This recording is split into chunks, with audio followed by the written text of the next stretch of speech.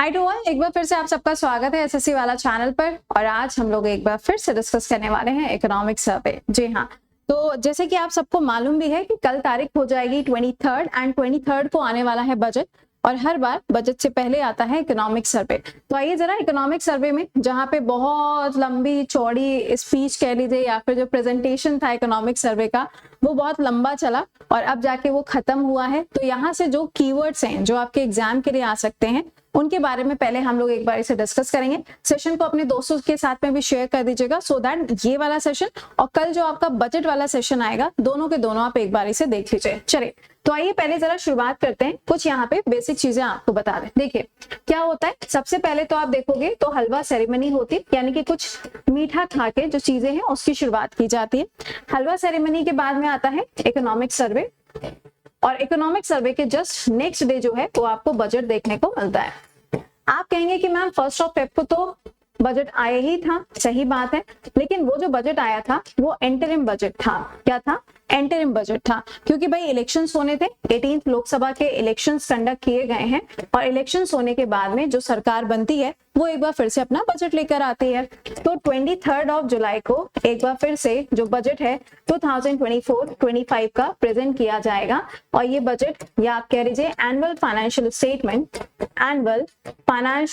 Statement जो है इसको जारी किया जाएगा। किसके द्वारा? निर्मला सीतारमण जी के द्वारा। अब कितनी देरी की स्पीच रहेगी तो कल पता चलेगा, लेकिन पिछली वाली जो स्पीच थी यानी कि 1 Feb को जब निर्मला सीतारमण जी ने अपनी स्पीच दी थी तो वो सिर्फ और सिर्फ 58 मिनट्स की थी। तो इस बार भी उम्मीद यही है कि बहुत लंबी स्पीच ना हो ताकि आप लोगों के लिए चीजों को समराइज करना थोड़ा आसान हो जाए।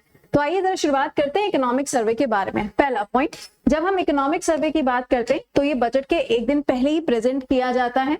इसको तैयार किया जाता है डिपार्टमेंट ऑफ इकोनॉमिक अफेयर्स के द्वारा, और इस बार इसको जो तैयार किया गया है वो तैयार करने में जो सहयोग दिया गया है वो है चीफ इकोनॉमिक एडवाइजर, जिनका नाम आप मुझे बताएंगे कि ये नाम भी मुझे को आपको बताना है। हाँ जी, कमेंट बॉक्स के अंदर लिखते हुए चलिएगा। ठीक, नाम क्या नाम है? अनंता नागेश्वरन। ये नाम आपने कई बार पढ़ा होगा।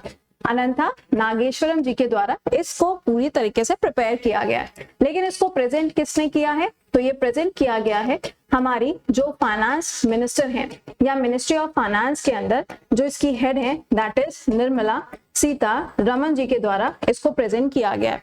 अब यहाँ पे जो इन्होंने इकोनॉमिक सर्वे प्रेजेंट किया है तो ऑब्वियस सी बात है कि ये किसी पर्टिकुलर टाइम के बारे में बता रहा होगा।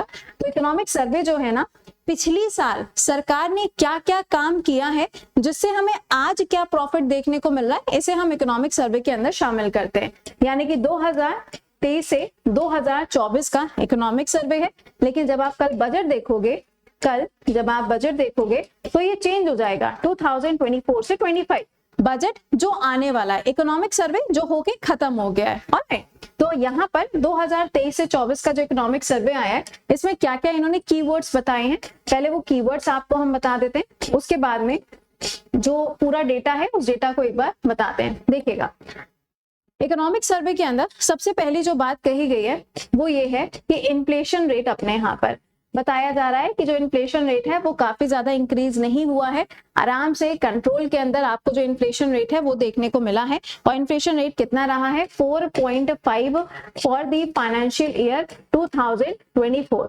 दूसरा पॉइंट बताया जा रहा है कि आने वाले साल तक, अभी और आने वाले साल तक यानी कि 2030 तक बोला जा रहा है कि जो एम्प्लॉयमेंट है या आप कह सकते हैं जो जॉब्स क्रिएट की जाएंगी, ये जॉब्स कितनी होंगी? तो ध्यान से सुनिएगा, 78.5 लाख के आसपास बताया जा रहा है कि इतनी सारी जो जॉब्स हैं आने वाले समय में क्रिएट होने वाली हैं। आपका क्या कहना है इसके बारे में वो आप लिखते हुए चलिएगा, ठीक है। फिर इन्होंने बोला है कि अपने यहाँ पे जो अनएम्प्लॉयमेंट का रेट है ये 3.2% के हिसाब से कम हो गया है। अगला पॉइंट इन्होंने बताया है कि हमारे यहाँ की जो इकोनॉमी है वो इतनी अच्छी तरीके से काम कर रही है कि आने वाले समय में हम लोग टॉप 3 के अंदर भी पहुंच सकते हैं। फिर बताया गया कि ये जो यहाँ पर आप देख रहे हो ना, इन्फ्लेशन हो गया या यहाँ पे एम्प्लॉयमेंट रेट हो गया, अनएम्प्लॉयमेंट रेट की बात हो गई। इन्होंने ये भी बताया है कि अगर हम इंडिया की जीडीपी की बात करते हैं इंडिया की जीडीपी, तो ये 6.5 से लेके 7% के बीच में फॉर द फाइनेंशियल ईयर 2024 देखने को मिलेगी। ये बात भी इन्होंने यहाँ पर बताई है। अच्छा, तो निर्मला सीतारमण जी ने इन शॉर्ट ये बोला है कि भैया जो अपने यहाँ का जीडीपी है वो 7% तक जाने वाला है। और ये जो 7% का रेशियो है, ये जो फिगर है, ये तो पहले भी आरबीआई ने बताया था, तो इसके अंदर कोई बदलाव नहीं हुए, ये पहले भी था और अभी भी यहाँ पे सेम चीज आपको देखने को मिल रही है। अच्छा, तो कौन कौन से ऐसे सेक्टर्स हैं जिनके अंदर प्रॉफिट हुआ है, तो बताया जा रहा है कि जो सेक्टर्स हैं उसमें जो सर्विस सेक्टर है यहाँ पे सबसे ज्यादा प्रॉफिट आपको देखने को मिल रहा है और ये 7.6% के हिसाब से इंक्रीज हुआ है। दूसरा बोला गया है, सेकेंड नंबर पे है एग्रीकल्चर, सेकेंड नंबर पर है एग्रीकल्चर, और एग्रीकल्चर के फील्ड में भी आप देखोगे तो यहाँ पे भी आपको काफी अच्छा खासा इंक्रीमेंट मिला है, जो कि आने वाले समय में करीबन 4.18% ये आने वाले 5 सालों के लिए आपको देखने को मिलने वाला है। ठीक है, तो ये बातें यहाँ पर बताई गई हैं। अच्छा, और क्या बताया इन्होंने बोला है कि हमारी जो रियल जीडीपी है वो हो जाएगी 8.2%। एक होती है नॉमिनल जीडीपी, एक होती है रियल जीडीपी। रियल जीडीपी का मतलब हो गया कि हम अभी क्या कर रहे हैं, नॉमिनल में क्या हो जाएगा, अगर हम पिछले वाले से कंपेयर करते हैं तो उसका रेशियो बताया जाता है। तो ध्यान रखिएगा, रियल जीडीपी कितनी बताई गई है, 8.2% बताई गई है। अच्छा ठीक है, आगे इन्होंने क्या बताया, इन्होंने बोला कि हमारे यहाँ पे जो डेवलपमेंट हो रहा है फार्मेसी के सेक्टर में, अगर इसी तरीके से हम काम करते रहे तो वर्ल्ड में हम तीसरे नंबर पे बहुत जल्दी आ जाएंगे। साथ में इन्होंने बोला है कि जन औषधि जो केंद्र है अपने यहाँ पे आने वाले समय में 12500 आप देखोगे तो इतने केंद्र तो ऑलरेडी ओपन हैं और इतने ही केंद्र आगे भी ओपन करने की बात कही गई है। और देखिए इसमें क्या बताया गया, इसमें बोला गया है कि जितना भी यहाँ पे जीडीपी तो मैंने आपको बता ही दिया है ना, जितना भी इन्वेस्टमेंट किया जा रहा है ये सारा का सारा अमृत काल का हिस्सा है। बताया जा रहा है कि जितना भी इन्वेस्टमेंट किया गया है ये सब अमृत काल का हिस्सा है, आने वाले समय में आपको बहुत ज्यादा बेनिफिट देखने को मिलने वाला है।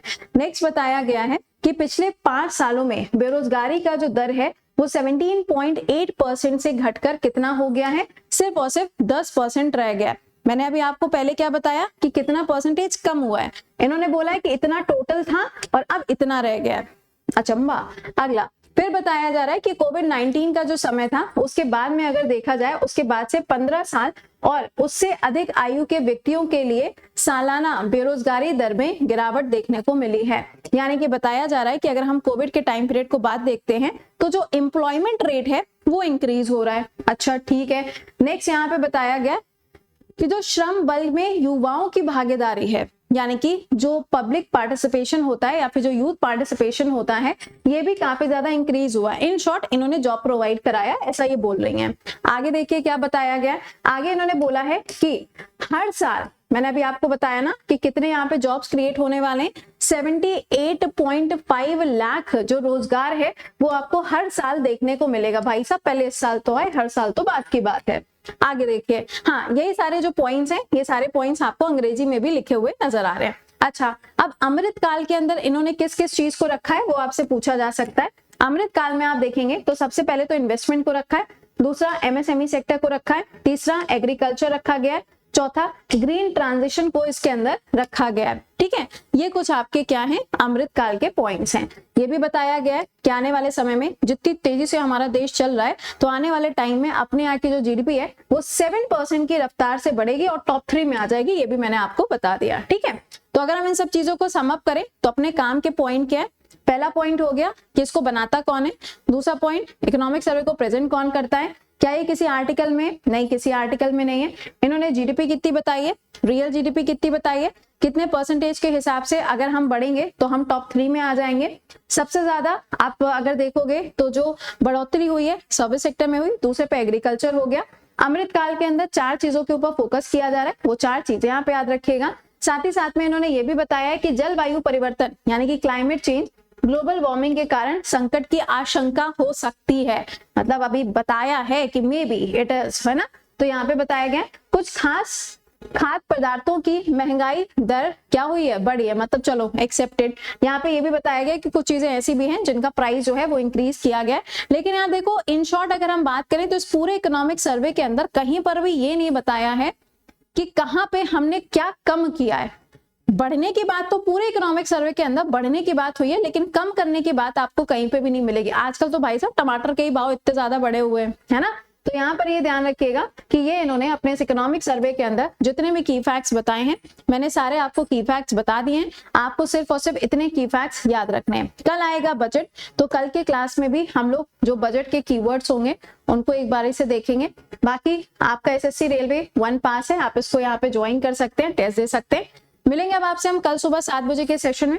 टिल देन खुश रहिए, मुस्कुराते रहिए। सेशन को एक बार से सबके साथ में शेयर कर दीजिएगा सो दैट बाकी स्टूडेंट भी यहाँ पे इसको चेकआउट कर सकें। ठीक है, चलो मिलते हैं कल सुबह। Till then bye bye and take care to all.